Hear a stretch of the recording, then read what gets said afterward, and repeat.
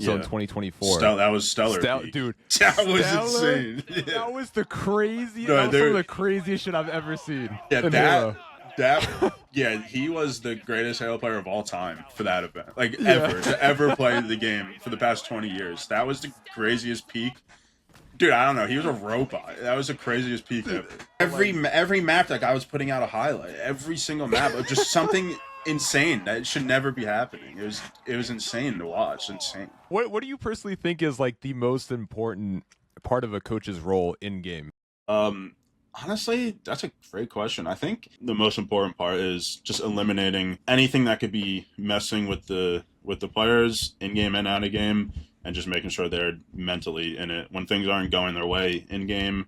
Making sure you calm them down and get them locked back in. I think that's probably the most important thing. Competing at the highest level of scrimming, I almost want to say to a point, it's not fun. Like it's not enjoyable. Like it is enjoyable, but it's not like fun. It's like more like it's more like stress and like how do we become the best we can be. It's not just like having fun with your friends after school. Like it's a completely different side of gaming that not many people get to see, but it's still fascinating in its own. So, but what do you think is a good way to increase your own individual skill if you're just solo queuing? Building good habits, like playing a lot obviously helps, but if you're playing a lot the wrong way, it can almost hurt. Welcome to episode 15 of the Dashcast. In this episode, we have on Faze's newest coach, King J. King J's been competing most of his life, but really making his mark in Halo Infinite. Being on teams with COD pros like Karma, Neptune, and Clayster, to now being Faze's newest coach for the final competitive season of Halo Infinite. Join me as we dive into the mind of King J, going over his rise in the Halo comp scene, what it's like to coach one of the best professional Halo teams, and his thoughts on how you can also become a better Halo player. As always, I hope you enjoy this episode, and I hope you learned something new.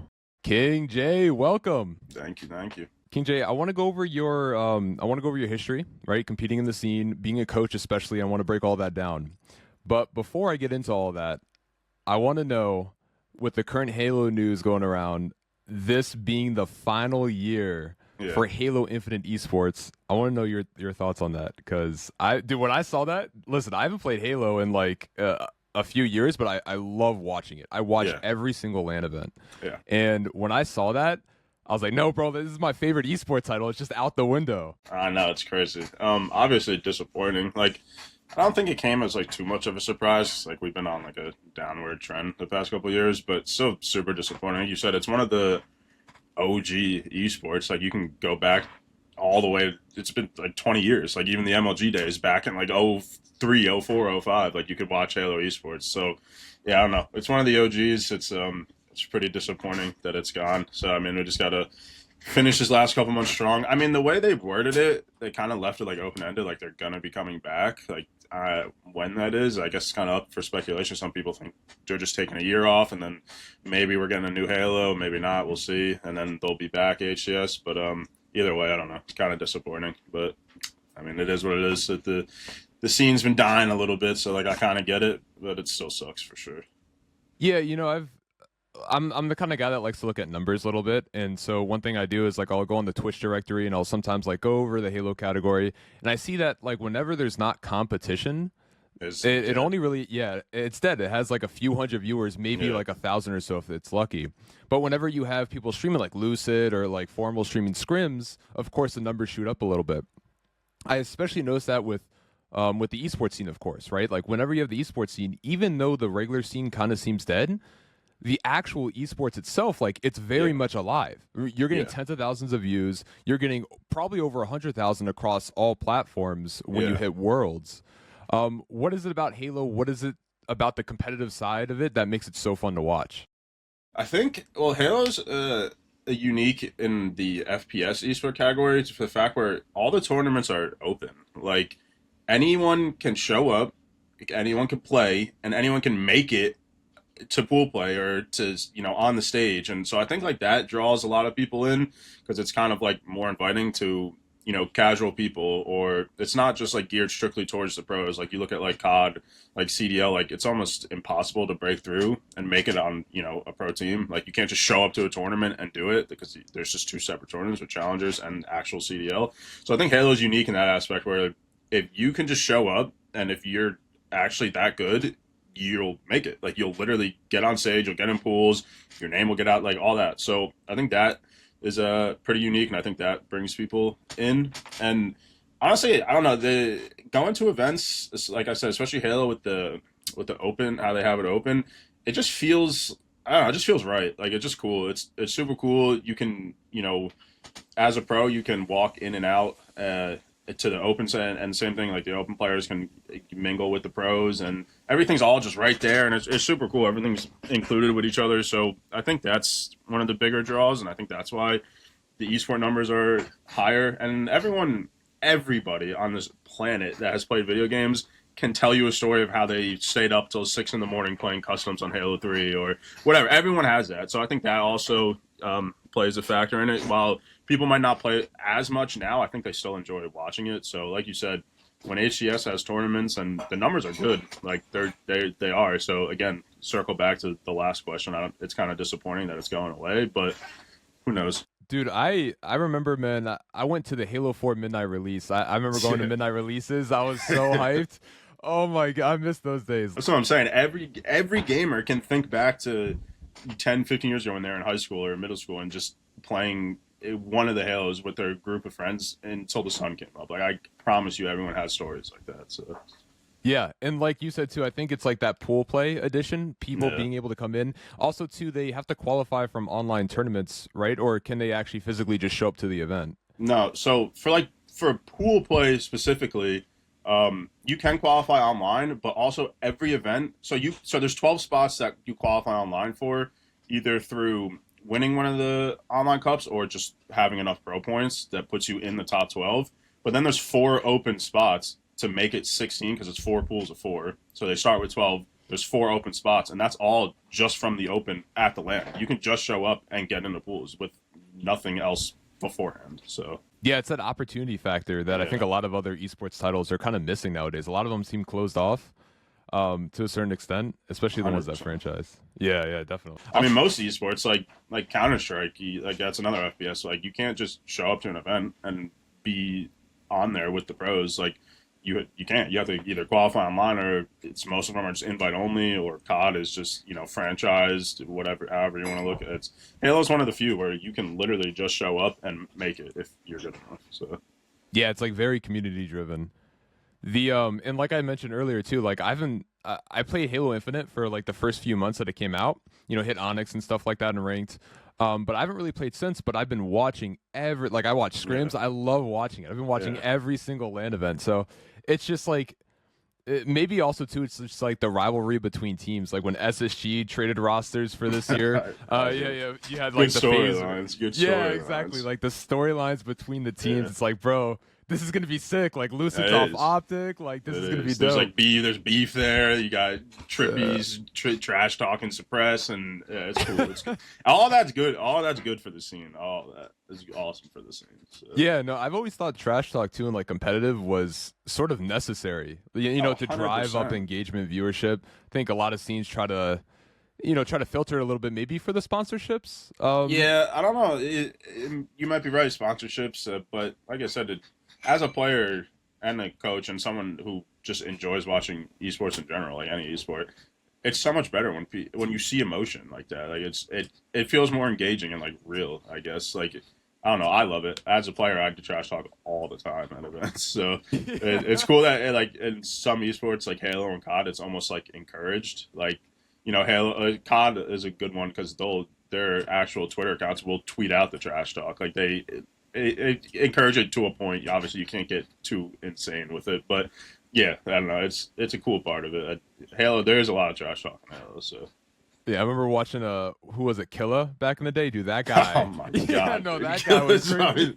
Killa's probably he's probably the best trash talker that's ever been in any esport. He would say some insane stuff.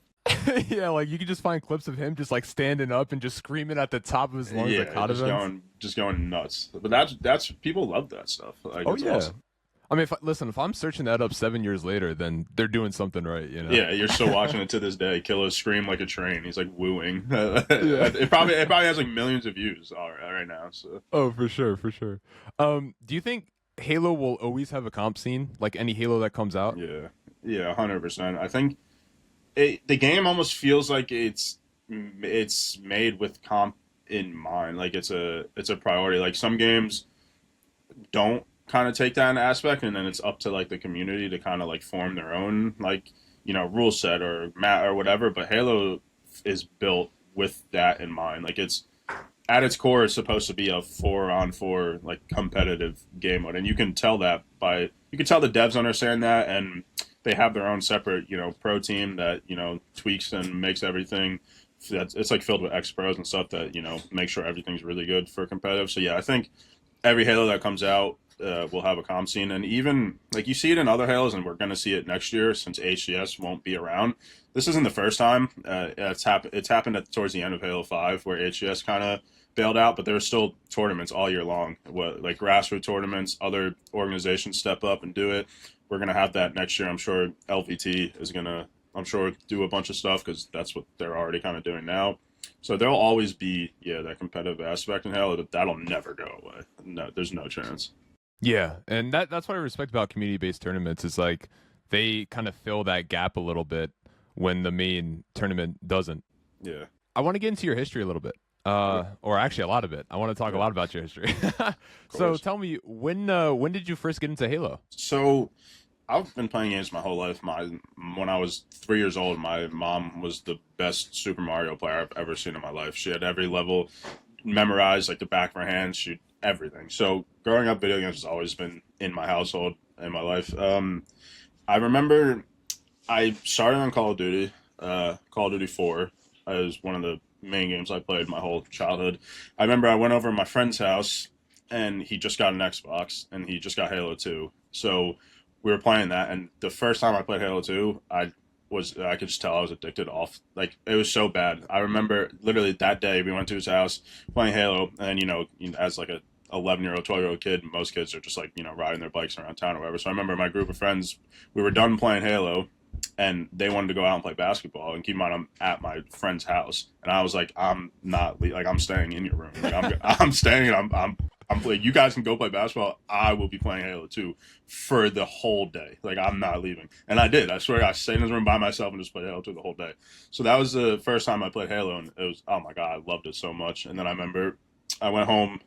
I'll go back to his house like every day playing that. And then the 360 was coming out. So for my birthday, I got the 360 and I got Halo 3. And that from there on, it was a 10-hour, 12-hour days every day.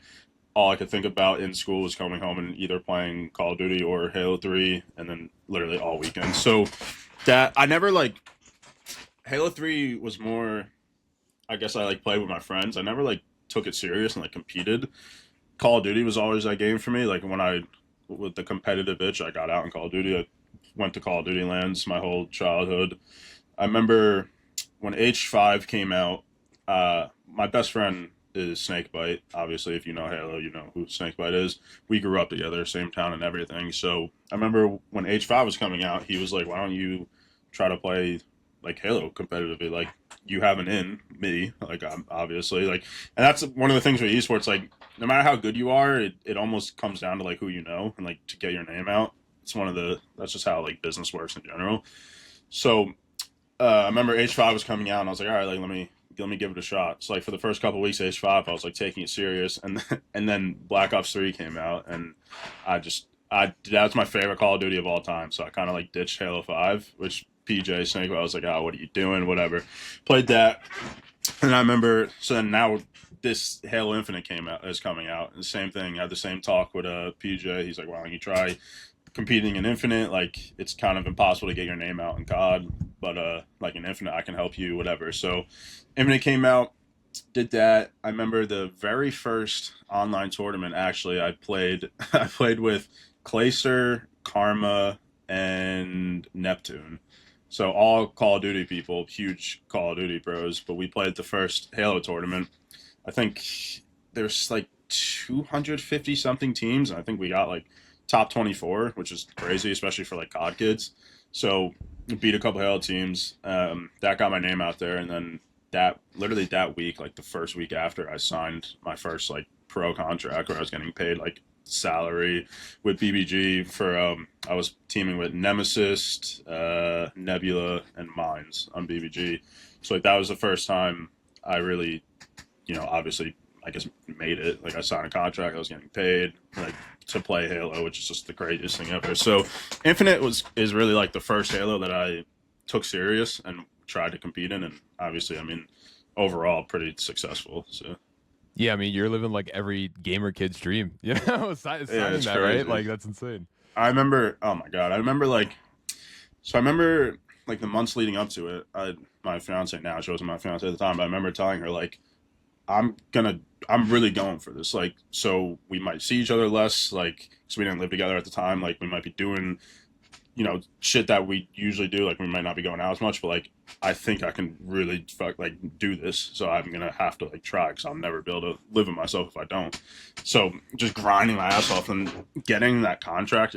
And at the time, like, it was like legit money. Like, especially to sit in your room and play video games, it was like 60,000-70,000 a year, which is insane money just to sit in your room and play video games. So like getting that contract and seeing that number and showing my parents or like showing my fiance, it's like, holy shit, like this is insane. Like just to play a video game is the craziest thing in the world. So yeah, literally like a dream come true for, I'm sure most gamers out there would kill to get paid a pretty decent salary just to play a video game. It's the craziest thing ever.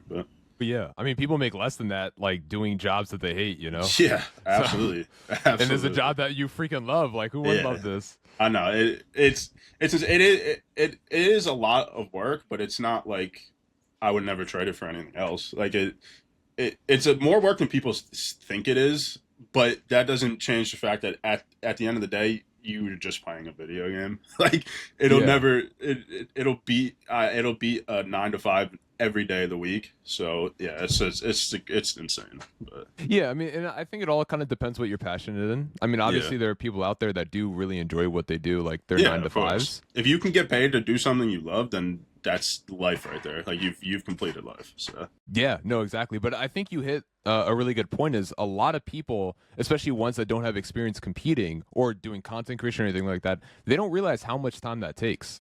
It's a lot, dude. Like video. So I was always the route where like competing and being a pro Halo player is obviously the goal, but I always understood, again, because I had good role models that knew this, like that's going to end eventually, and you need to set yourself up to do something, in the future, whether it's like build a brand or like build your stream, or like use like content. So I was always, content driven and stream driven on top of competing. So like my days were, wake up, stream 4 hours in the morning, then full scrims, full VOD, and then, do YouTube, like edit and upload, Halo YouTube videos after. So my days are like 12-hour days, which again, like you, because you do content, it's a ton of work, and it's exhausting work, and it's content, especially, it's very hard. It's mentally exhausting because it's hard to come up with fresh and new stuff that, content's been, especially gaming content, it's been the same for like 10-20 years. So like trying to come up with new ideas and do stuff and streaming stuff, it's not easy. It is a lot of work. Like you said, people don't realize how much work it is, but still wouldn't trade it for anything else. So but yeah, it's kind of like fun work, like brainstorming those ideas, it's engaging, and stuff like that. Yeah. And then also too, like when you're scrimming, when you're competing, that's more work than people think. Cause like, I feel like if you were to separate gaming into kind of 2 categories, you'd have like competitive gaming and then just casual gaming. With competitive gaming, like you're competing against the best players in the game. So you have to be like thinking the best. You have to be, performing the best, whether that's downing Red Bull before scrims or something like that. So it's like, it's a lot of like energy. You're not just kind of like brainlessly playing the game. No, it's not like casual people just hop on, they click on a playlist and they laugh and have fun with your friends. It's not like competing at the highest level of streaming. I almost want to say to a point, it's not fun. Like, it's not enjoyable. Like, it is enjoyable, but it's not like fun. It's like more like, it's more like stress and like, how do we become the best we can be? It's not just like having fun with your friends after school. Like, it's a completely different side of gaming that not many people get to see, but it's still fascinating in its own. So yeah, no, I completely agree with that. It's kind of like playing a sport professionally versus non-professionally. You know what I mean? Like when you're playing it professionally, like at that point I feel like it's your passion, so like you're driving yourself to improve, and at that point, like you said, you're having fun, but you're not having fun. You know what I Yeah, mean? exactly. Like, yeah, you're not. It's not like it's not your escape at that point. Like, it's a job, honestly. But So when you first told your now fiance that you were like competing and all that kind of stuff prior to the paycheck that you were getting, was she supporting it and like your yeah, family as well? my family's always been supportive of that. Just gaming in general, because like I said, my mom was a gamer herself, so it was kind of like easy. Yeah. I was in a unique situation where I had like hard, solid proof that this could be real because my best friend growing up, Snakebite, is one of the most successful people, and he's made millions of dollars, and he has a big house and a family. So I'm in a unique spot where I'm like, look, like that, like it's possible. The proof's right there. Not many people have that, and they have to kind of do it on their own. And some people's parents aren't supportive, or whatever, which is an impossible barrier to break. Especially, like I said, maybe your like significant other, it's easier because they're kind of in the same like generation. But like your parents, especially, like if they're not don't know anything about gaming, it's almost impossible to like prove to them like it's a real thing. So for me personally, like I said, I was supportive the whole time. I never had an issue with that. My fiance is a gamer. My parents are gamers. My best friend is living proof that you can be unbelievably successful in it. So I had a pretty smooth road with that. Not many people do. So I'm thankful for that. Yeah, no, I mean that's pretty dope. I feel like gaming 12 hours a day would be most parents' nightmares. But Yeah. obviously, yeah, obviously your mom's like one of the best Mario Kart players, so she's just like, yeah, you can just do whatever you want, you know? Yeah. As long as you showed up to school, that was the rule. I could stay out or play games as late as I wanted, but I was going to school. The first time I would miss school or be late, then it would become an issue. But So what was it about like the gameplay or the mechanics that kind of drove you into Halo initially? it's funny because honestly, at the end of the day, if you ask me like if I could be pro in what game in any game, like what would I choose? I don't even know if Halo would be like top three, honestly. Really? Like, yeah, like I think Counter Strike would be my number one. It's one of my favorite games to play. It's my favorite esport to watch by a mile. One of my favorite to play, and then like I said, I'm kind of a Call of Duty fanboy. I always have been, so I think Call of Duty would be my number two. But Halo, Halo is fun in the fact that, like I said, at its core, it is a 4v4 competitive game, and it feels like that. And there's a lot of, I guess, individual expression, especially in Infinite. There's a lot of individual stuff you can do to stand out versus like other games where it's kind of just like stale. And like I said, I had an in anyways. I already knew pros and knew the right people, so it was kind of just like a easy transition to play Halo. Mhm. But yeah, I don't know if many people know that, but if like I said, if I had to pick like a top three games to make money and be a pro, and I don't even know if Halo cracks that list, honestly. That's wild. That's crazy. Yeah, Yeah, I mean that's kind of what I've always enjoyed about Halo is like I feel like every game nowadays, especially like competitive game, is sort of like an RPG to a certain extent, right? There's some yeah, role playing in like every game, whether it's Call of Duty, whether it's MOBAs, or other FPS like Apex, for example. But like Halo, you start off 4v4. You're either starting with BRs or you're starting with the bandits, and then you fight for power weapons, right? Top, mid, top left, top right, whatever it is. And I've always enjoyed that aspect because you're taking everybody's on an even playing field, and it's exactly. like all about skill, about getting the rockets, getting the camo, the OS, whatever it is. Yeah, there's not there are variables that change that, but the variables are something like you said you have to fight for, which any team can get. It's not like you said, we're not spawning in with different weapons, or we're not doing like whatever it is. Every other esport has stuff like that. But like you said, yeah, Halo really is like you four versus the other four, and that's it. Like there's nothing, which just makes it even more exciting, honestly. Yeah, because I can't be like, oh, that guy had a better gun than me, Yeah, or and like, it's exactly. yeah, I used to compete in like R6, so Yeah. I can't be like, oh, I randomly got headshot around the corner, hit fire, sprayed, that kind of shit. Yeah, yeah. I like those games. I mean, I like all esports, but games like that, like Rocket League, for example, it's just you and it's just the other team, nothing else, and it's who's better. There's no excuses, there's no variables. It's literally just who's better. Like, and that makes it a lot more exciting. I feel like. Absolutely, absolutely.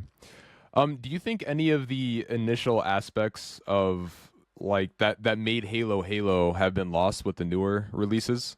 Yeah, definitely. I think a lot of the things that made like Halo 3 so successful were, well, I think you could say it about every game now compared to games 10 years ago, but games like Halo 3, when they came out, they were complete. Like there was nothing missing. Like for Infinite, for example, the game came out without Forge. Which, how can you come out with a Halo without Forge? Like that's one of the main things. Like that is such a big Forge is such a huge community within Halo. Like the fact that you can just release a Halo and not have something that's been in the game for 20 years is like mind blowing, or something like that. Or they didn't have custom game browser where you can just like browse custom games going on and join like stuff that's been in Halo forever, and somehow you're coming out of the game and you're like, well, just trust us, like you'll get it eventually. That's not good enough. Like that's why we lost such a big. I keep saying it, I always say it on my stream. The Halo we have today, like the Infinite we have right now,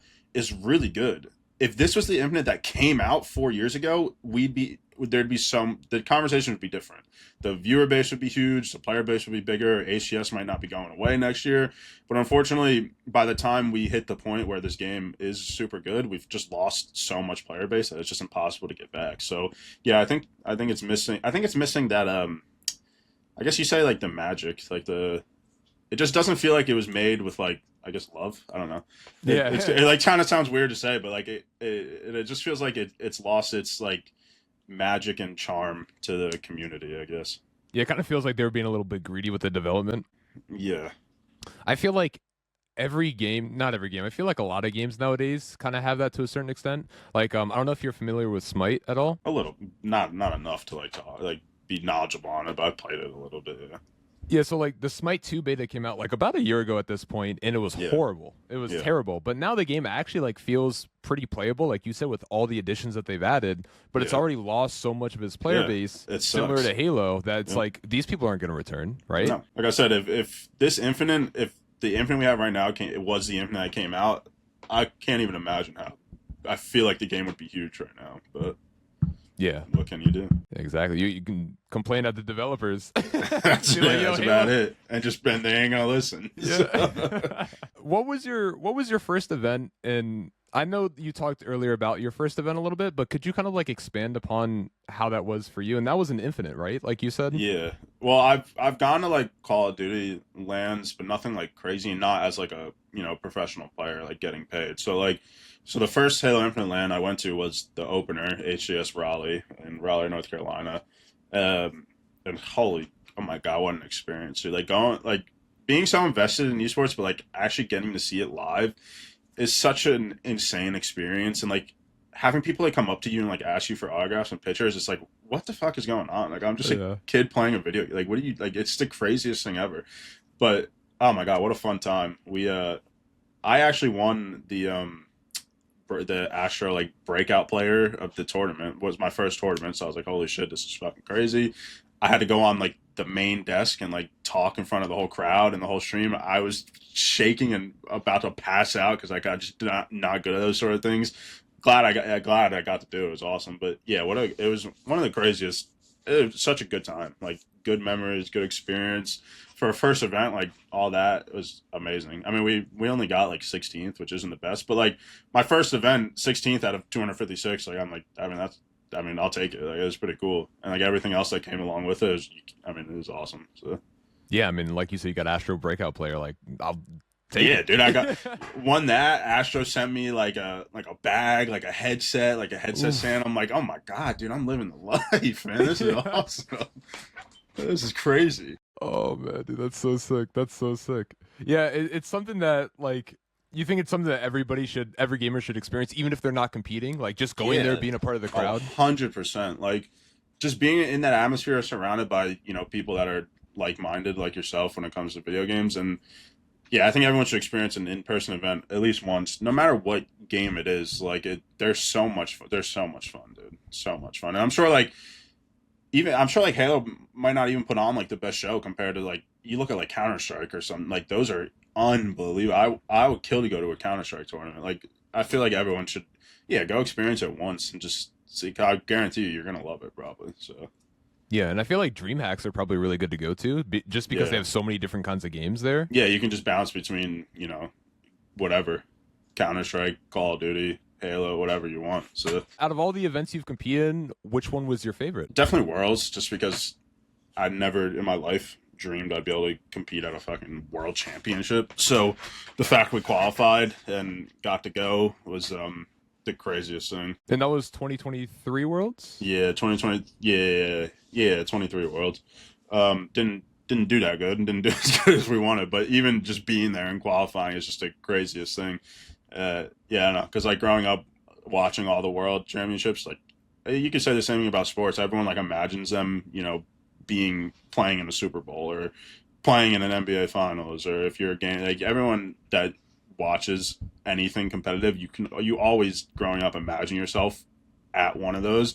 So being able to actually live it and experience it, like I said, just another check on the bucket list you can mark off. Yeah, no, 100%. It's something that even if you don't do that well, the fact that you Yeah. can say, "Hey, I competed at a world championship." Yeah, like I everyone that goes to a Halo, like competes in the Halo Worlds gets like their own custom world championship jacket, which I have in my closet. So like not many people on this earth have one of those, and I have one in my closet. So like even that, like it's those things that are just like things that you'll remember forever, literally.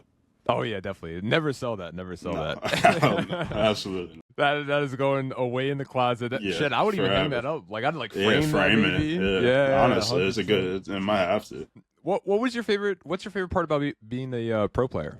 I am so competitive at nature in everything I do. Like you hear people say it all the time. I hate losing more than I like winning. So being able to compete at the highest level versus people that have the same killer mindset like that, where they'll just do anything not to lose. I think that's my favorite part because it pushes you to become the best you can possibly be. Like if you're surrounded by people that have the same mentality and have that like killer mindset of I'm the best and they truly believe they're the best, it just pushes you to be your best. So I think that's my favorite part. Like I said, and being able to get paid just to play video games again is definitely the craziest thing ever because I absolutely hate normal 9 to 5 jobs. I can't do those. So being able to do this, yeah. But no, definitely the pure competitive side of it is probably my favorite part. I feel like that financial side too. Like that's a drive in and of itself because if Yeah. once you start doing it, if you start like say getting kicked off rosters because maybe you're not Yeah. performing, you're like, nah, man, I can't go back. I can't go back. Like I can't go work an office job. I gotta really lock in now. yeah, It's no, definitely it definitely is a motivator. That's for sure. and it's like cool too. I mean, like if people ask you what you do for a living, I feel like that's something that you can like, yeah, hold your head up high with. All the time. It's such a crazy conversation to have with people, especially people that like now. I would say nowadays it's way more mainstream. Like especially streaming in general has become more mainstream. Like people making livings off of YouTube, stream, whatever, is way more mainstream now than say like 5-10 years ago. But there's still people out there that just have no clue that it's even a thing. So like I've had plenty of conversations like that before, where what do you do for a living? And I'm like, oh, I travel the world and play video games. And they're like, what are you talking about? Like how does that work? Like what? And like the way I explain it to people that have no idea, the easiest way for me to explain it to everyone is I just tell them like, just look at the NFL. Like so and so, just say like Justin Jefferson gets, paid by the Vikings to go play against other teams around the world. It's the same thing with esports. I get paid by an organization to represent them, go fly around the world to tournaments and play other players on other organizations. Same thing as any major sports league. So the money might not be the same, but it's the same. It's the same concept. So that's how I usually explain it to people that have no clue, because I've had that conversation 1,000 times, but. Yeah, it's insane. It's an insane conversation to have. I feel like that's a good way to explain it too. I mean, I just tell people like kind of like what you said. It's just a form of entertainment, right? So it's like I group all of that in NFL, soccer, Yeah. sports. It's just all entertainment. So Yeah, it's exactly. nice. Yeah. All right, so I want to get into your coaching career. Yep. How many teams have you coached for? I mean, like, seriously, Yeah. this is it. This is the first one. Which First what one, a really? first what a first one to start out on. Yeah. Like, it's crazy. And so like what's your current I know there's some things going back and forth with Faze. Like I think Yeah, what Royal One was having a baby, right, or something yeah, like that. yeah. So Royal One had his kid, and he's bowing out for the rest of the year, obviously, because he just had his newborn. So Right, right. And so you're taking over.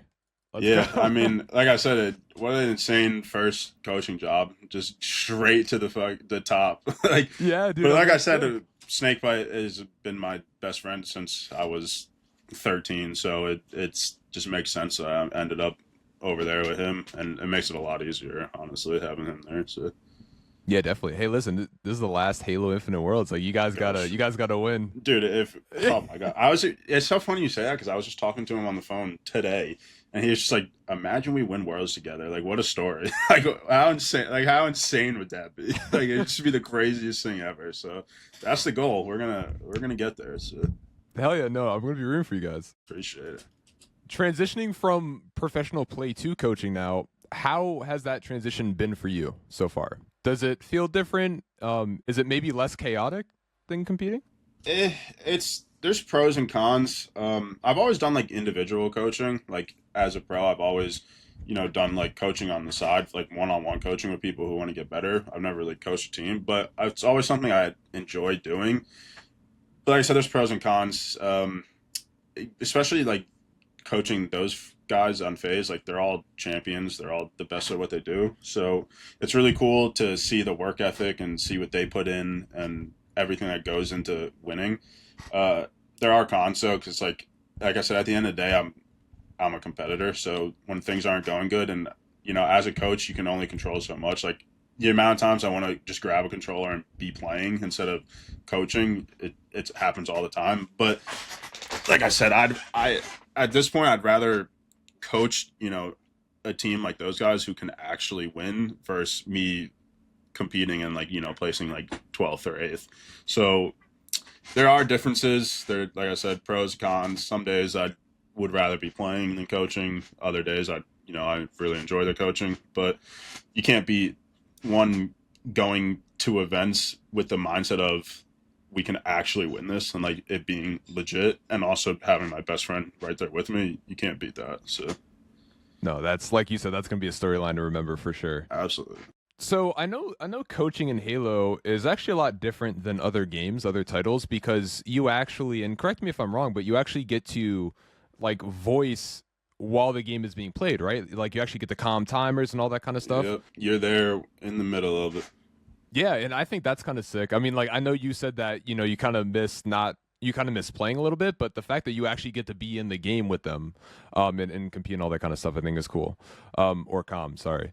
But could you break down the full role of a coach in Halo, including, Yeah. how important it is in the actual flow of the game? Yeah. So outside of the game, I do our entire schedule, like scrim schedule. Usually you try to get it like months at a time. So like, our whole August, scrim schedule has been set since, the beginning of the month. So you do that. Obviously you just talk to like the other coaches, you just, get stuff scheduled. So outside of, just the in-game stuff, it's that. Usually you're kind of the communication bridge to the org. So like, especially as a coach, like you don't want the players worrying about anything except the game itself. So any issues or anything, outside of the game itself, usually you're kind of like the bridge for that, and you're the one like voicing or talking to the higher ups on behalf of the players. And then yeah, that's pretty much at a game, and then obviously you take care of the uh, all the scheduling with HCS in general, whether it's like media day scheduling or official whatever it is, like yeah, you're kind of the point of conversation with the HCS, and then in game, like you said, it's timing everything. Like I have kind of a unique point of view because I competed professionally in this game now as a coach, so like all the situations they see in game, I've also been in 100 times, so I have that kind of unique mindset where not only am I like timing everything, weapons, when the other team is spawning, exactly when they're spawning, how many that are alive. I'm also calling out rotations, and we should be going this way, and we should be doing this, or all right, we're too dead, like we need to slow down, or like so. I feel like I have a pretty different like feel for the game, obviously, because I've competed at the highest level in it. So I think that helps. So yeah, in game it's everything. Like I said, calling spawns, where they're spawning, when they're spawning, calling weapons and timings on power ups, and then what we should be doing and where we should be holding, and pretty much everything a player would do except actually playing. So That's interesting. I would have thought it was like mostly about calling timers and all that kind of yeah, stuff. And then because I would have thought maybe the comms would get like a little bit too cluttered. yeah, which they can at points for sure, and that's when Yeah. you have to realize let the players play, and that again that's not every coach does that. I feel comfortable doing that, and the players feel comfortable with me doing that because I've competed and I know what I'm talking about. But some coaches are just camos up in 15, and that's it, or snipes up in 20, and that's it. But like I said, I'm so competitive, and the fact that and again I've seen the situations and played the situations a million times. Like I know what should be happening. That I feel comfortable enough to say it, and the guys appreciate that and welcome it. So No, that's really good. It almost seems like there's kind of like a head-to-head battle between coaches too when you guys are playing. So you have to yeah, outperform this guy. Yeah, yeah, I'm gonna outcall him. yeah. What do you personally think is like the most important part of a coach's role in game? Um, Honestly, that's a great question. I think keeping the players in check mentally, because it's very easy for players to unlock or get tilted, and I think your role is to make sure everyone's locked in and eliminate anything outside of the game shouldn't affect the players, and I think that's almost your job to make sure they are just fully locked in mentally and physically on the game in front of them, and that's it. So I think the most important part is just eliminating anything that could be messing with the players in game and out of game, and just making sure they're mentally in it when things aren't going their way in game, making sure you calm them down and get them locked back in. I think that's probably the most important thing. What's your philosophy on constructive criticism as a coach? Because I know, being on a few teams myself, on a few different games, either whether it's professionally or non-professionally, I know you're dealing with a lot of different personalities. So people are going to take constructive, criticism or feedback a Yeah, lot differently. Some yeah, people maybe you can be harsher with, but others it's kind of like, yeah, if I overstep, oh no. yeah. Yeah, how do you handle that, or what's your Well, philosophy on it? so like I said, uniquely for me, one, not many people, their first coaching job is with world champions and the top professionals. So those guys, they can take criticism all day. They know nothing's personal. All four of them want the same thing, and that's to be the best they can be. And all four of them know they don't. They're not 100%. It's my way or nothing. Like they know they've been doing this for years. They've been winning for years. They know what it takes. So I haven't had to deal like with anyone being sour about criticism or anything, because everyone understands is no one's attacking anyone. It's so we're all better at the end of the day. Like it's not many people, I'm sure, especially like people coaching amateur teams probably deal with that way Yeah. more than anyone else, and I can only imagine those conversations and how those go. I've been a part of some of those as a player, where criticism doesn't get relayed too well. I've been on the receiving end. I've also probably been on the other end where someone's trying to tell me something and I don't want to hear it. But Yeah. as a coach right now, coaching Faze, I've never had that issue. Like I said, those guys are as professional as you can ever imagine inside and out of the game. So thankfully, I haven't had to deal with that. And I don't think I'll have to deal with that with those guys.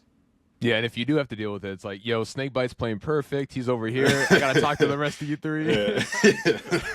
Put some bias. So. Yeah, 100%. Yeah. Have there been any moments where you've directly seen the fruits of your labor pay off coaching phase? Like, it could be during a scrim.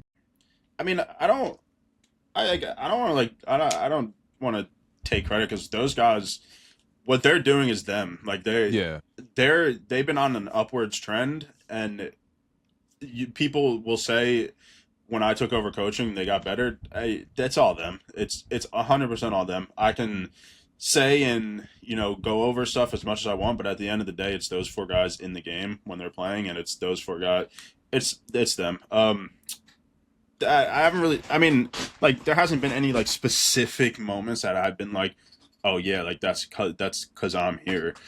But we have been. They have been way better from day one of me stepping in up until now. There is 100% improvements. I'm not going to take credit for that because the credit's not mine to take. It's 100% theirs, and they're the reason they're getting better.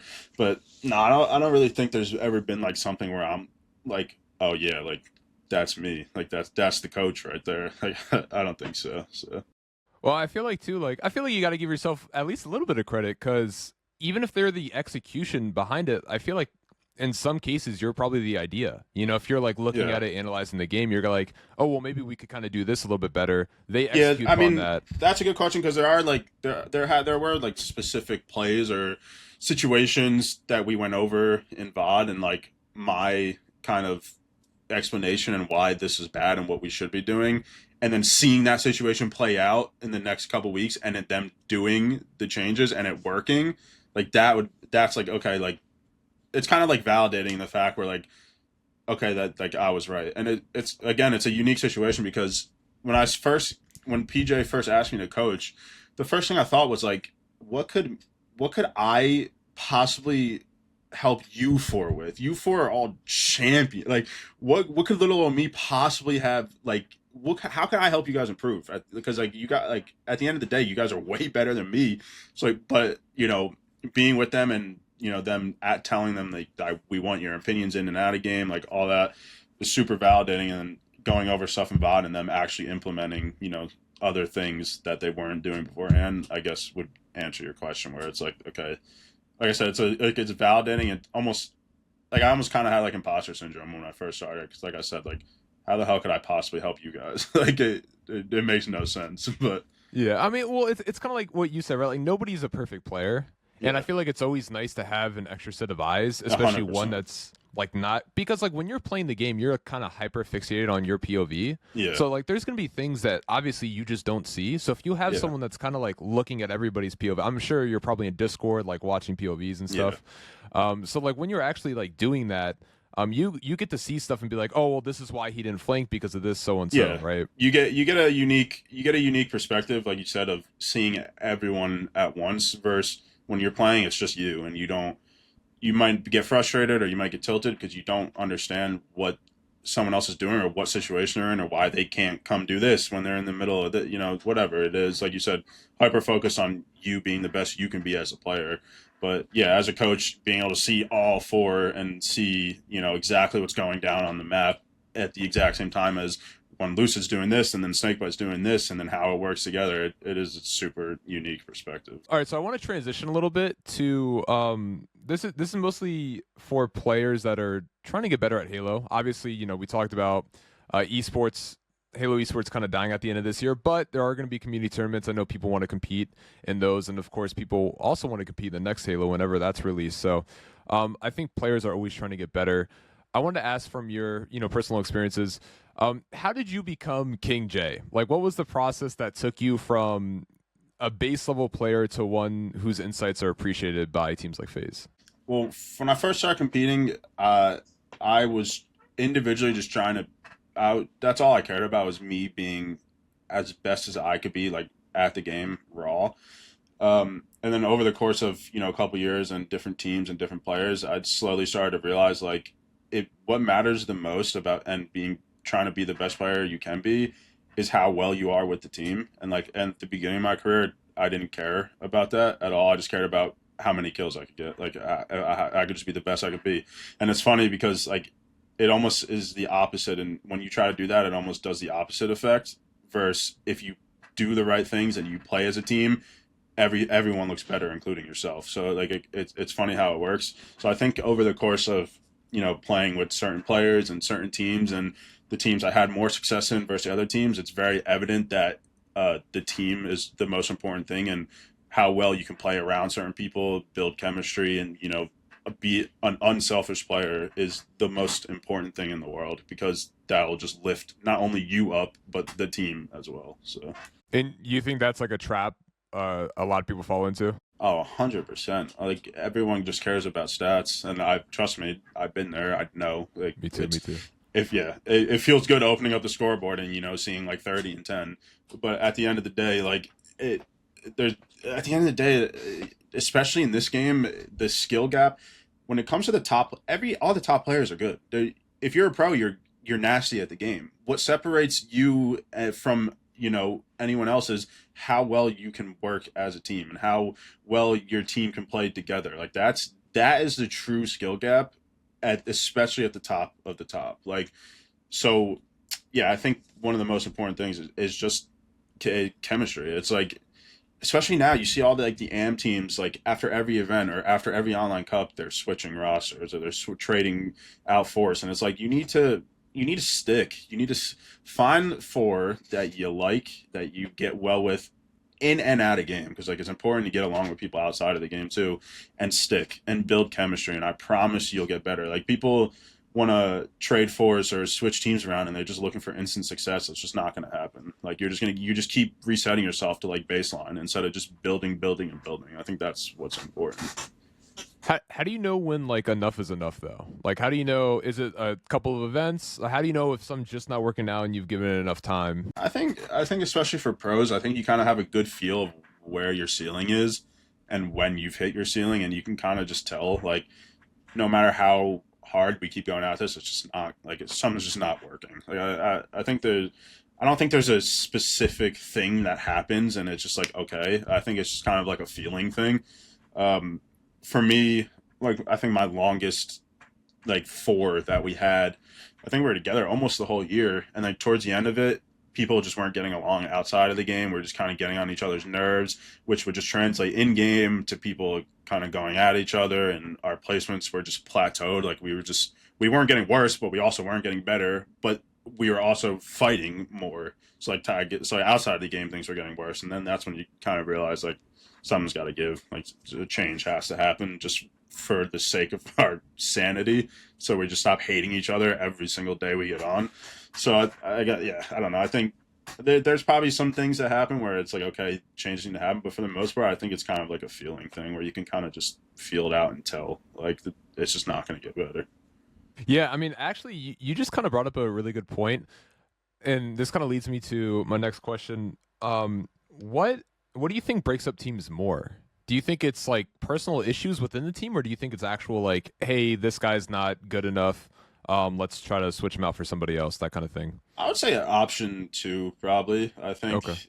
I think more so it's just like this person's just not performing as well as they could. I think it's just time to go. I mean, I'm sure like egos clash and personalities clash, and I'm sure that causes team changes too. But I think for the most part, it's like the three kind of understand like maybe bringing in someone new or swapping two players out, like we can get better. Like it's not always. I don't think it's ever not. I wouldn't say ever because it definitely happens. But like for the most part, it's not like a personal attack. Like I just don't like you. Like I want you gone. Like it's more so. I think this will improve the team. I'm sorry, don't take it personal. But Right, in right. my experience, like for the roster changes I've had to be a part of, that's usually how it's gone. It's never really been anything like personally. Yeah, definitely. What about so we were kind of like discussing team chemistry and how that, makes you become a better player. How about when you're just kind of like grinding ranked, right? And you're just trying to increase your individual skill. I know obviously we said don't focus on kills and all that kind of stuff, but what do you think is a good way to increase your own individual skill if you're just solo queuing? Building good habits, like playing a lot obviously helps, but if you're playing a lot the wrong way, it can almost hurt.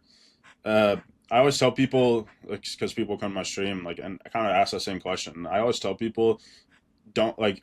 It's funny coming from me, but like when you watch me play like ranked, like, don't look what I'm doing because I'm just when I'm in ranked, like I'm not playing the right ways, you know. Right, right. So like I'm like the opposite of who you should be asking, but I'm aware of the fact that I'm like playing stupidly just because I'm playing ranked, and I can switch it on and off. Like I know I can switch back to like competitive mindset.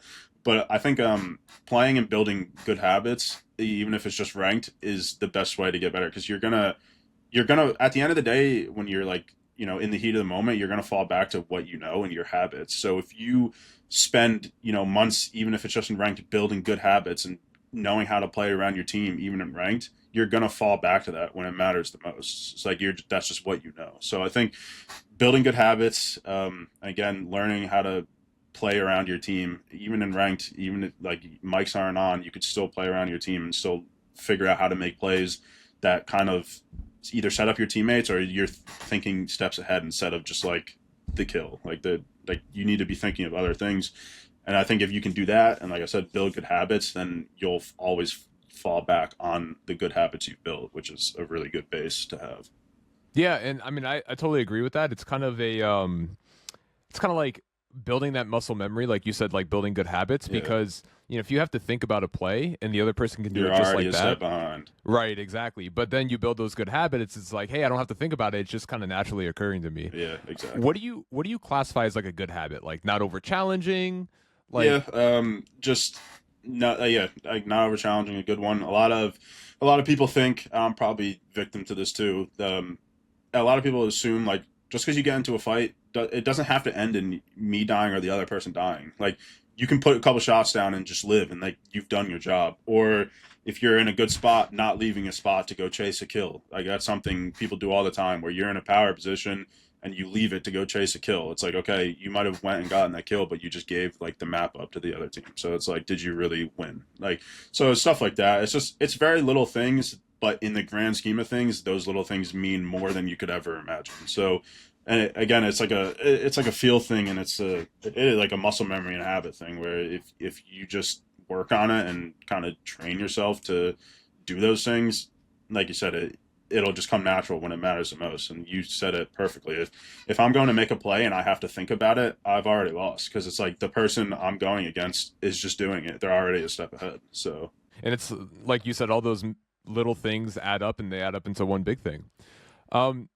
So it's kind of funny that you brought up earlier, like you tell people not to play like how you are on stream, and I feel like, well, and I feel like that's like with a lot of pros in like every game, because yeah. you know when you're competing at a high level, I feel like there's like a hierarchy to a game. You have like Oh, yeah. casual, you have ranked, and then you have like competitiveness Yeah. or like you know, pro play. And so if like your highest level is ranked, you're going to treat ranked like really, really strongly, Yeah. but you're not going to care about casuals. Now, No. on the flip side, I've seen people like treat casuals like it's ranked. I'm like, bro, calm down. But like, if you're competing, if you're a pro player, you're going to treat ranked kind of like it's casuals. You're just like, Oh, you know, no, 100%. yeah. Like you can go watch, like it's because you can.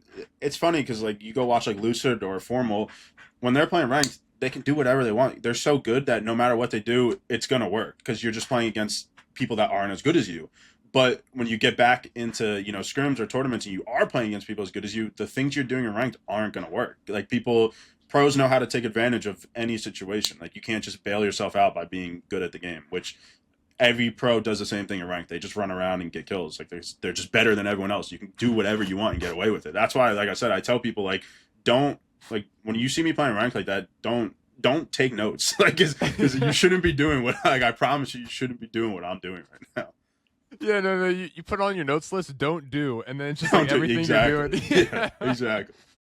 Well, and that kind of like leads me to my next question, on what you think about things like, I know you mentioned earlier towards the beginning of the episode, you did a little bit of individual coaching, or maybe you still do. But what do you think about that? Things like YouTube walkthroughs or Twitch streams. Like, do you think that these are really good resources for players in general, or do you think that they're just mostly benefiting the beginners, like people that actually just started playing the game? No, I think it's good for everyone. I always tell people I think one of the best ways to get better is by watching pros play scrims or tournaments. I think that's the best way to get better versus you just like going in game and like trying to like become a better aimer or whatever. I truly believe watching the best and not replicating the gameplay, because you're never gonna be able to replicate someone's play style, but you be able to take pieces from everyone and kind of make your own play style, but take influence from the top of the top, because they're the top for a reason. They're doing the right things. Like these are things you should be doing. So you shouldn't. I don't tell people to go watch Lucid and step for step do exactly what he's doing, because you're not Lucid. You're not going to be able to do those things.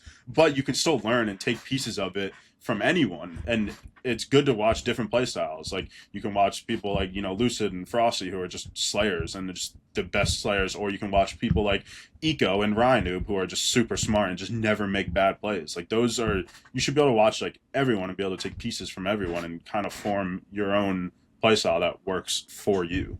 I feel like Ryan Noob's always been like that. I used to play Halo 4, like compete a little bit. I went to a Yeah, couple LAN events in H4, yeah, and like Ryan Noob was always considered that like smart ass, like goat yeah. ass player. Yeah, he's never gonna make a mistake. Like Yeah. he's just a smart player inside and out of game, and like that's what's cool about Halo because like everything you can work with, like you don't have to be the best like individually. You could still make any kind of playstyle work, and it's almost like teams need those different kinds of playstyles to be successful. Not every team has four just unbelievably individually raw slayers. Like teams have the brains or the people that aren't going to make mistakes or whatever the play style is like, and there needs to be like a cohesiveness, honestly. Yeah, and I don't want teams. I don't want my team to have 4 Slayers because then who's picking up the ball? Who's running the flag? Nobody. It's like Nobody. yeah. Exactly. So if you were kind of like to summarize, so that would be your biggest piece of advice for players. It's like watch pro players, watch them play, and then Yeah, but specifically like actual like tournament and scrims. Like don't just go like put on Lucius Stream when he's in MM and like try to replicate that. I think like watching them when they're at their best, which would be tournaments and scrims, is one of the best ways for you to get better. yeah, absolutely, like knowing and having that filter too to realize like, hey, this guy is not playing the way he should be, so I'm Yeah. gonna not copy Yeah. that. I think listening to communications is one of the best things too, because it might sound chaotic and it sometimes is, but like being able to dissect and like hear call outs and react to them in split second without even like thinking, like that's goes a long way too. And do you think comms are more important than people realize? Hell yeah, absolutely. Like comms are everything, dude. You can know exactly what's going on the map with your eyes closed if you're just listening and your team's putting out good comms, or you need to know how to communicate as well. Because like there's a difference between comms. There's good comms and bad comms. Like and not everything needs to be said. Like people, like you said, like clouding the comms isn't good. Like if I'm on one side of the map, completely away from everything else, like me calling out someone over here, that's not really going to do much because no one can help me. So it's like it's not clouding the comms, but yeah, learning how to communicate. That's like end game stuff. Like if you're just like playing ranked for fun, like those aren't things like you need to really work on. If you plan on like competing and taking it serious, like eventually you're gonna have to learn those things. But that's like later on stuff. Yeah. Dude, I heard I could never confirm this was true, but I heard that Neighbor back in like H3 maybe, Yeah. he just wouldn't say anything, He so didn't they would talk. have so they would have the coach behind them just start calming for him. Yeah, he didn't. Funny enough, he was our coach on my first actual one. I talked to earlier about BBG. He was our coach. So yeah, he did talk then. Like, but back in the day when he was competing, he was like just silent, dude. Like, he just wouldn't like say laser anything. focused, yeah. Yeah, he was just killing. Like, just like, all right, do your thing. Like, Yeah. all I mean, he good. was just so good though. He didn't need to. It's like, yo, Yeah, coach, come over exactly. here. Yeah, you got Exactly. If you're going plus 20 and you're getting your kills and don't say a fucking word, whatever. It's all good with me, I guess. That's Oh fun. man. All right, yeah. I just have a few like ending questions for you. Yeah, of course. What is your favorite Halo game in the entire series? That's a good one. H3 for sure. I just think you can't. There's not the nostalgia and the playing with the friends and the custom games and the Forge. You just can't beat it, dude. It was like the golden era of gaming back then. On the 360, oh my god, drinking Monster and staying up until 4 in the morning is truly the most unbeatable times. So while the game itself, like gameplay, might have been kind of like vanilla, who cares? Like at the time, like nostalgia is just oh my god, it was the greatest time ever. So definitely Halo 3. Yeah, that memory was just too good. Did you ever play any of the Halo campaigns, or were you Oh focused yeah, on? no, I Yeah, beat every single one. I didn't. I never did the Infinite one. I think that's the only one I didn't do. But all the rest of them, 100%.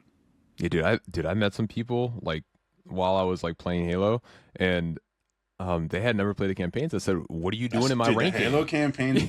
I love playing campaigns. Dude, the Call of Duty campaigns, the Gears campaigns were so good. The Halo campaigns were made. I like campaigns. Back when Xbox Absolutely. was in its prime. Oh my yeah, goodness. dude, you get it, dude. Oh my god, the Gears games were so good too. Yeah, no, I like Halo 2. I think is probably my favorite, mostly Yeah, because of the campaign. yeah. Multiplayer wise, damn, I don't know. There's really no wrong answer. That's the cool part. Cause like Yeah. unless you say Halo 4, then that's probably the wrong answer. But like anything else, like you could probably get away with. Yeah. No, definitely. I would say maybe Halo 3 as well, but I actually really enjoyed Halo 5 too. I feel like Halo 5 was a little bit awkward at first because of the whole It pistols. was, yeah. Well, that they H5 kind of is Infinite's kind of doing the same thing where like at the end of its life cycle, it was a great game, but like at the start, it wasn't as good as it could have been. Yeah, definitely. And what do you think about it's the Bandit, right? That's the current Yeah, starter. Yeah, yeah. what do you think about that versus the BR? Like, do you like BRs more? Like BR starts? Mm, no, I like Bandits more. I think I prefer Bandits, but there's just pros and cons to both.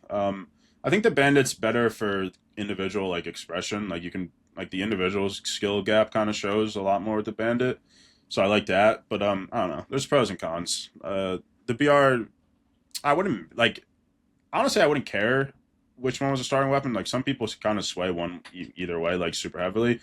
I like both of them, so like it wouldn't really matter for me. The one thing I think the Bandit does way better than the BR you never truly knew how much damage you did, like because you could shoot a burst and sometimes like only one or two bullets out of the three bullet burst would hit, and Oh then so yeah. like two shot beatdowns were almost like random because if all the bullets in the burst and hit, you're not going to get the beatdown. So the thing the Bandit does is you know exactly how much damage you did. Like it's one shot if you hit it, you know how much damage that is. So I think that's like really good. So, but at the end of the day either one is fine with me. Yeah, I've always really enjoyed the BR, but I don't mind either or. Just looking at it. So now that I know that you've played the campaigns, which one's your favorite? I guess excluding Halo Infinite. Yeah, I didn't never play the Infinite one. Oh man, I think I have to side with you. I think Halo. Oh, I don't know, dude, because the last mission of Halo 3 is so sick when you're driving the Warhog out of the. Oh my, I But don't being know. able to like play as the Arbiter in Halo 2 and like having the elites and shit, like that I was don't know, they're so both cool. so good. It's such a hard choice. I don't know. Yeah. I might be leaning towards Halo 3 now. I don't know. Either one. Either one. I'll take Fair, either one. fair. Hell yeah. Who do you think is the best Halo player of all time? Lethal. Lethal, really? Yeah, I think Lethal. I think in the top 25 list I did, I think they put him second. They put Ogre 2 first. No disrespect to Mr. Tom Ogre 2 Ryan. He's a legend of the game, but I just think Lethal in the tournaments, Lethal won. I think the competition was just so much higher, and I think his championships were just so much more impressive. I think like my top three would be Lethal, Ogre 2, and then Snake, but it would be my top three. So what do you think like he did as a player in a sense that made him like just so good? Like was he just smarter than everybody else? Was he just more mechanically gifted? It's so weird because like when you look at like if you look at Leo's career, like I'd argue like he was never the best player on any team he's been on, like individually at least. But he's just a winner. Like he just knows how to win no matter what. Like no matter what game, no matter what teammates, he was just winning on every team he was. And he was never the star player of those teams, but he still is just knew how to win. I think like I said, like just knowing how to win is a crazy kind of skill to have no matter team, no matter game, no matter weapon, no matter what it is, Lethal just wins. Like it just is. I don't know how he just does it. It's almost kind of like magic. So I don't know. He just the amount of wins he had and world championships throughout multiple titles is just unbeatable. I think That's so interesting. I don't know if you follow Apex comp at all. a little. I used to a little, but not like a crazy amount. Yeah, because I remember when Hal first started Yeah, team with zero. yeah. They're like, why you team with zero, all this kind of stuff. You guys are both IGLs, and he's just like, dude, he just knows how to win. He just knows how to Like, win. yeah, Yeah, he just knows how to some people win. are just winners. Like it doesn't matter. Like some people are literally just winners. So that's it. So Damn, dude. As Cortana said at the beginning of Halo 3, you got that luck, right? Yeah, yeah, yeah. That's what yeah. you had that nobody else had. There you go. Who is and okay, so that was the best Halo player of all time. What Yeah, about best Infinite player? Renegade. Oh my god, dude, that guy's a Renegade? god. Yeah, that guy's a god. I mean, you can argue, like I think throughout points, there's been better players. I think like year one, like Lucid was probably the best player. Dude, Lucid was so fucking sick. Yeah, Holy and then like shit. year two, you could probably argue like Frosty. But overall, over the past 4 years, it's dude, it has to be Renegade. He is never. I don't think he's ever had a bad event, and not only that, he win every team he's gone to has won. He won with Cloud9. He won with Faze. He's won with Optic. Like he again, he just and he is almost always the star player of the team that is winning. almost every single time. And you watch his POV, and he just does shit that is just unbelievable. Dude, like he does things that are just insane. So if I had to like vote right now for like who could win MVP of the entire lifespan of Infinite, I would 100% vote Renegade. Dude, that's that's so creepy because like I mean, first of all, he's not called Renegade for no reason, Yeah, but that's for sure. but at the same time too, it's just so hard for me to tell sometimes because I feel like so many players just make so many sick plays. Yeah, Like I 100%. feel like when I first started watching Infinite, like I said earlier, Lucid, like hands down, was just eons above Freak, everybody yeah. else. Yeah, like for the first like season, maybe even Yeah. first 2 seasons. But then like everybody else I think kind of caught up. And now like everybody, it's kind of what you said earlier. It's like everybody's just kind of good at that level. It's like I see Yeah, that's what I'm saying. Like you could argue, like at some point, Stellar was the best in the game, Lucid was the best in the game, Frosty was the best in the game, Renegade was the best in the game. So like, there's not a wrong answer. Like but I don't know. I think consistency wise, like every single year, you can argue Renegade was the best player that year, every year, without a doubt. I don't think you could do that for every other player. So I will say the SSG Salt Lake City LAN last season, so in yeah, 2024. That was Stellar, peak. Dude, That was Stellar, insane. Yeah. that was the craziest. No, that was some of the craziest shit I've ever seen. Yeah, in Halo. yeah, he was the greatest Halo player of all time for that event. Like Yeah. ever to ever play the game for the past 20 years. That was the craziest peak. Dude, I don't know. He was a robot. That was the craziest peak ever. I need to know like what his routine was leading up into that event. I don't even know, dude. That was insane. Yeah, that's crazy. That was the greatest Halo player the world's ever seen. That event, like by far. People that don't even know Halo, like I would just be like, bro, you gotta see this shit. Like I know you don't Dude, know who this guy is. But Every like, every map that guy was putting out a highlight. Every single map, of just something insane that should never be happening. It was insane to watch. Insane. holy shit, yeah. And also too, I thought you were gonna say like someone like Legend because I feel like Legend is one player that's kind of worked his way up.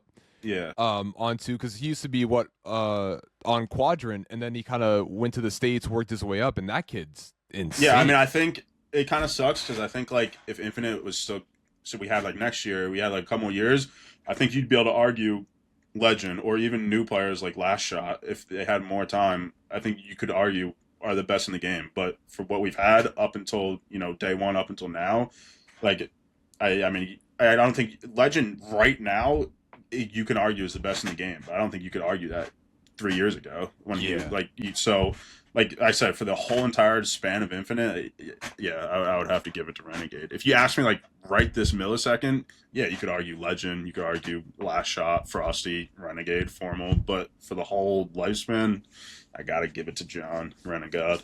Yeah, no, I see your point. That's a good point. That's a very good point. Who's a player that's made the most impact on you? Oh, definitely Snakebite. Yeah, that's what I was But thinking. it's not even close. Just from not only just being my best friend, but he's also like a mentor because he's lived and done anything you can do in esports. So any issue I had or legal I've never seen a contract before in my life. So like just being able to go to him and be like, can you look at this for me or what should I do? Like someone that's lived it and is have all this experience, he's easily had the most impact on me by far. Dude, shout out to Snakebite. What a goat. That's my guy right there. Yeah, there you go. Last question. If you could go back in time, what's some advice you would give to your younger self? Oh my God, for the first year, stop caring about your KD, dude. Like that's the only thing you cared about. Like it's so dumb, dude. All you cared about was if you could get the most kills on your team. You didn't give it. I think the first 6 months, I would rather have 30 kills and lose than have 10 kills and win. It's like, what is wrong with you, dude?